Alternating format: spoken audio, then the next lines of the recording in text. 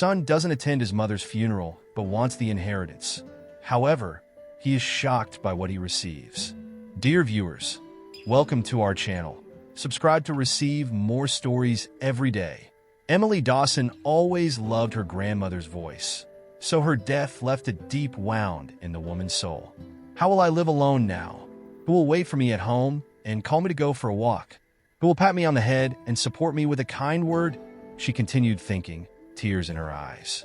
Emily still remembered all the time they spent together in the garden, tending to the flowers and growing vegetables. Don't plant the seeds too close together. Watch how I do it, the old lady would say with a smile, carefully spacing the seeds in the soil. Mabel Dawson had raised her granddaughter from a young age and was definitely the closest person to Emily in the whole world. Unfortunately, Emily's parents died when she was just 6 years old, and a road accident left the girl without her parents.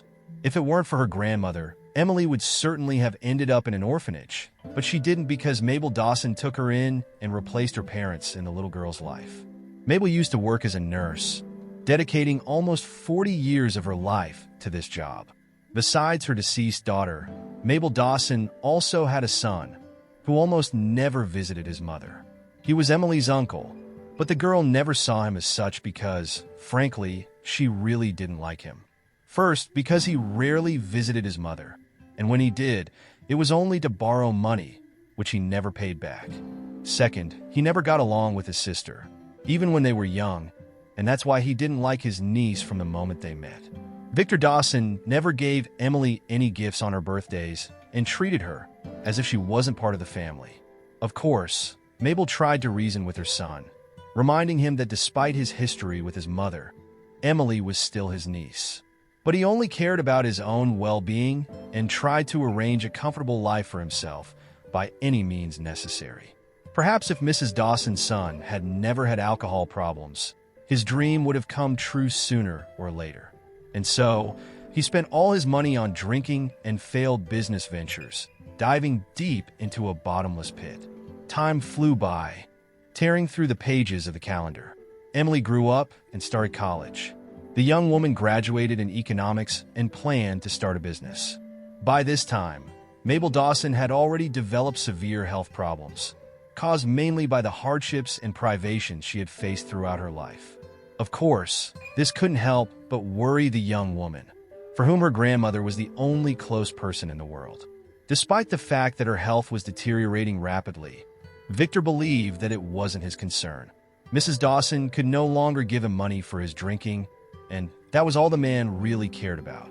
By then, the amount of his debt had reached unimaginable proportions, and he needed more and more money to pay it off.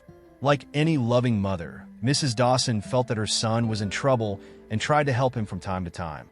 Most of the time, she simply transferred money to Victor's bank account, which made his life much easier.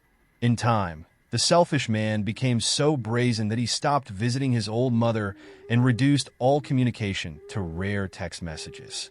Emily understood that such an attitude towards the elderly woman was simply unbearable, but she couldn't change the situation. Victor was only interested in money and cared about nothing else. When Mabel became very ill, her son didn't even bother to call her or ask about her health, much less visit her. All this time, Emily took care of her beloved grandmother, ensuring that she didn't feel lonely or abandoned. When Mrs. Dawson's health deteriorated to the point where she could no longer get out of bed, the young woman realized that her grandmother had days, perhaps even hours, left to live.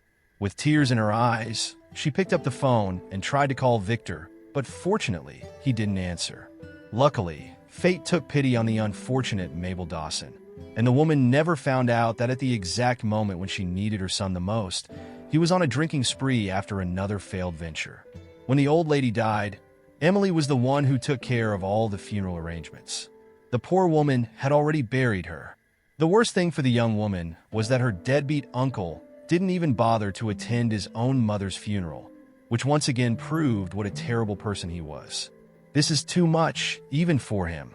How could someone be so awful as to miss their own mother's funeral? Emily thought, standing by her grandmother's memorial. Fortunately, Mrs. Dawson's former student, whom she had taught in high school, was the only one to help Emily with all the funeral arrangements. Despite now working in law enforcement as a police officer, Leo Martinez used to be a troublemaker and was difficult to handle in school. His father was serving time in the county jail, and most of the teachers believed that the same fate awaited him soon. Only Mabel Dawson saw something in the boy that others didn't notice, and she made every effort to ensure that he didn't follow in his father's footsteps. Mrs. Dawson gave him individual lessons. Upon hearing of Mabel Dawson's death, the young man immediately offered to help with the funeral preparations, and Emily, who was devastated, thanked him for his help. "Thank you, Leo. I don't know if I could have done it without you." "Thank you so much for all your help," said the young woman, burying her eyes in a handkerchief. "You don't need to thank me. Your grandmother did so much for me that I still feel like I owe her," the policeman replied. The two young people stood by Emily's grandmother's memorial, and after a few hours, they went home. They were the last two people to leave the park. Emily had always considered herself an altruistic and honest person, so she never thought about whether her late grandmother had left a will or not. The young woman wasn't concerned about her grandmother's savings, even though she had saved money all her life. After her death, Emily continued living in her grandmother's house and paying the bills. It had been a long time since Victor had visited his mother's house, and he didn't even attend the funeral. Having chosen to forgive her uncle for such inappropriate behavior, Emily decided to move on and not waste time on this unpleasant man. Imagine the young woman's surprise when Victor showed up at her grandmother's house about a month after the funeral. He didn't give any notice or anything. He just boldly and unceremoniously knocked on Emily's door one September morning. Confused about who it might be, Emily opened the door without thinking twice and gasped in surprise. "Uncle Victor, it's you." "Yes, it's me, as you can see.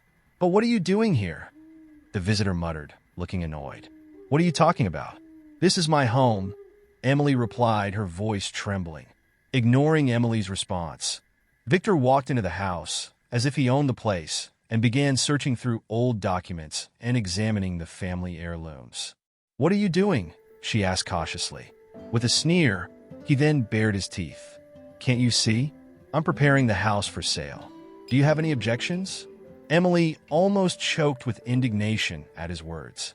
"Are you crazy? You're going to sell your late mother's house? And what about me? I need a place to live. And where were you all those years when your mother needed your help and support?" Emily's voice grew stronger.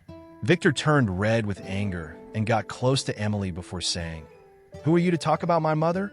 You have no claim to this place and no right to interfere in family business. This house is mine and no one else's." It was only then that Emily realized what a horrible, evil man he really was.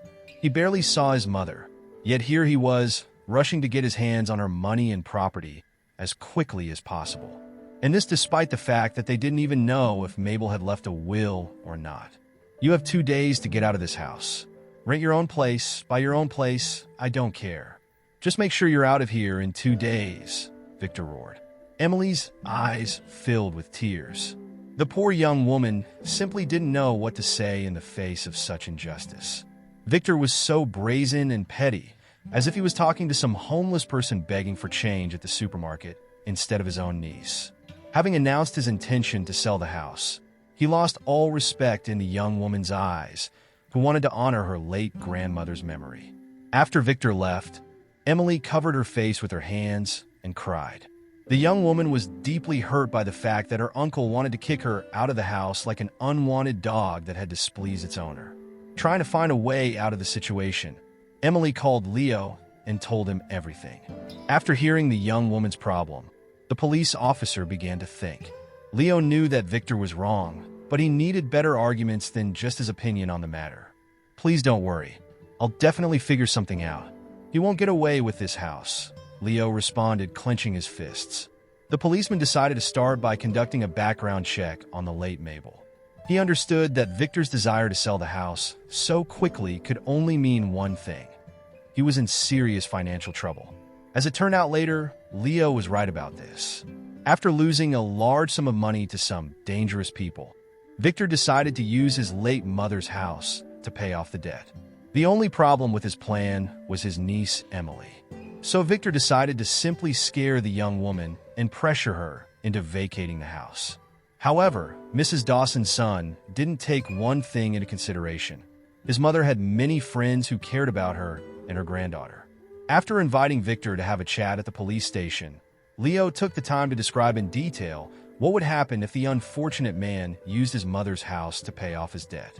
As the main argument, he handed over Mrs. Dawson's will, which the family's lawyer had had all along. According to her will, Mabel had left all her possessions to her niece Emily, while Victor got nothing. Victor lowered his head and left the police station without even saying goodbye. The first thing Leo did afterward was call Emily and tell her that she no longer had to worry. Upon hearing the good news, Emily mentally thanked her late grandmother, who continued to take care of her even after her death. Looking up at the sky, the young woman was sure that Mabel Dawson was watching her and wishing her nothing but happiness. Dear viewers, thank you for watching. If you like this story, please subscribe to our channel to receive more stories every day. Share with us what you think of this story.